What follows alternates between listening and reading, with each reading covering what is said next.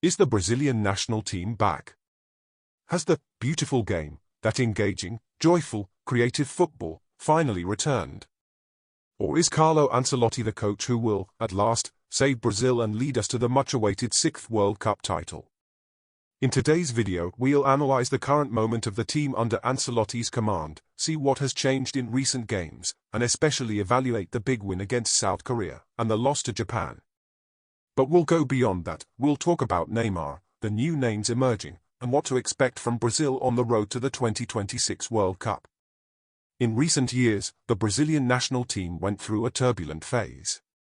They left the 2022 World Cup in a disappointing way, had a series of interim coaches, and the team seemed increasingly disconnected from the historic identity that crowned Brazil as the country of football. Everything was missing: organization, inspiration, balance. The defense struggled in crucial games, the midfield was disorganized, and the attack seemed totally dependent on individual moments. The team looked soulless. It was in this scenario that Ancelotti arrived with the challenge to rebuild confidence, assemble a competitive squad, and maybe reconnect Brazil with its offensive DNA. Then, after a huge negotiation with lots of chapters, Ancelotti finally arrived in Brazil. At the debut match, a goalless draw with Ecuador raised some alarms. The defense performed well, but the attack was practically non-existent. The criticism was unanimous: creativity and daring in offense were lacking. Gazeta Esportiva summarized it as, "Brazil does well in defense but lacks creativity." ESPN called the team, without sugar, without beautiful football, a shadow of what it used to be. But here's an important highlight: in just 6 games under Ancelotti, Brazil improved a lot defensively. The team is visibly more balanced and organized than it had been for a long time with previous coaches. Collective pressing improved, marking is more precise, and transitions from defense to attack are faster. This foundation is essential to sustain any dream of beautiful football. Still, Ancelotti gained credibility as results appeared. Against Chile, a 3-0 win showed signs of evolution. Against Paraguay, Brazil won 1-0 and secured a World Cup spot in what the coach called a very complete game. However, the main criticism persisted: Brazil was more organized but still offensively rigid. Few clear chances, little improvisation, and little joy. The question remained: where is the beautiful game? Even in the recent loss to Japan, many believe the result was more about testing different players and formations than a tactical failure. But it did expose that Brazil's improvements still need consistency, especially against dynamic and disciplined opponents. The friendly against South Korea in October 2025 seemed to change the tone of the conversation. Brazil won 5-0, with 2 goals from Rodrygo, 2 goals from Estêvão and 1 from Vinícius Jr. But it wasn't just the scoreline, it was how the team played. Brazil pressed from the start, showed intensity, exchanged quick passes, and attacked with versatility.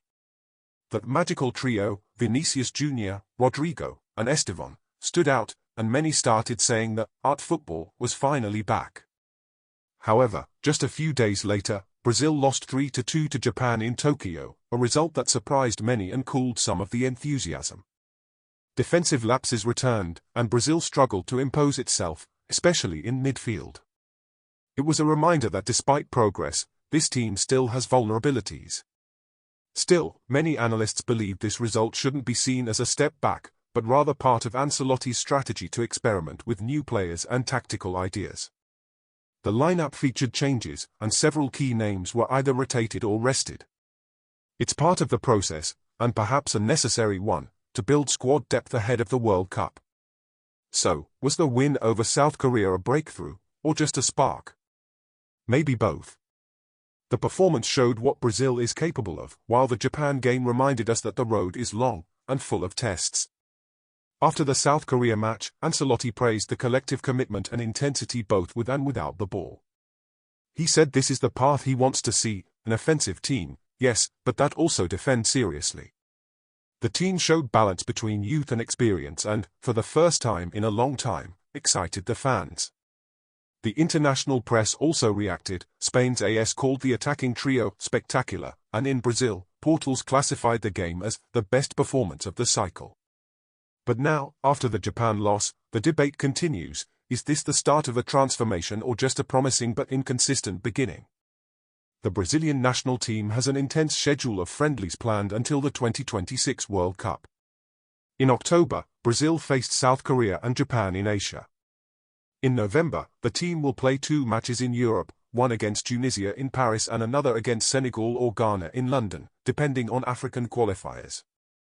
For March 2026, a friendly against France is in negotiations to be scheduled, with a possibility of another match against teams like Croatia, the United States, Portugal, or the Netherlands, with details being finalized based on commercial negotiations. These games will be crucial for Ancelotti to test the squad and consolidate the team for the World Cup. Now let's talk about a fun topic and a hope for the future of the Brazil team. When Brazil beat South Korea 5-0, many fans on social media started comparing it to the legendary Magic Square of the 2000s, that attack with Ronaldo, Ronaldinho, Kaká, and Adriano, or Robinho, depending on the phase. It was a powerful attack with dribbling, intelligence, and goal-scoring instinct.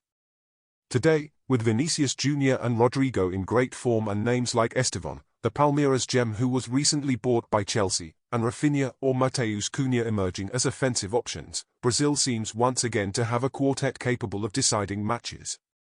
The difference is this new group plays with more intensity, participates more in defense, and has a more collective tactical reading, perhaps a reflection of modern football.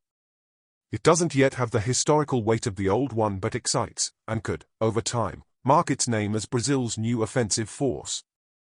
If Brazil starts to show offensive strength with Vinícius Jr, Rodrygo, and Estêvão, it's important to remember the attacking options are even broader. Endrick, who has already been called by Ancelotti, promises to be one of the protagonists by 2026. Luis Enrique, revealed by Botafogo and now at Zenit, is another name that could explode in the coming months. Even players like Antony, who had dipped in form, could compete for space if they regain their best level. And let's not forget names like Gabriel Martinelli, Savinho, and João Pedro. Brazil has plenty of talent in attack. The problem lies in other sectors. The fullbacks remain a headache, there are no truly consolidated names on either flank. And most importantly, there is still a lack of a classic playmaking midfielder, a real number 10 who thinks the game and dictates the rhythm. Casemiro is past his physical peak, Bruno Guimaraes is more of a workhorse than a creator, and Lucas Paqueta, despite quality, is inconsistent. In other words, Brazil still lacks that brain in midfield, a new Zico, a new Kaká, who organizes the team with vertical passes and tactical intelligence.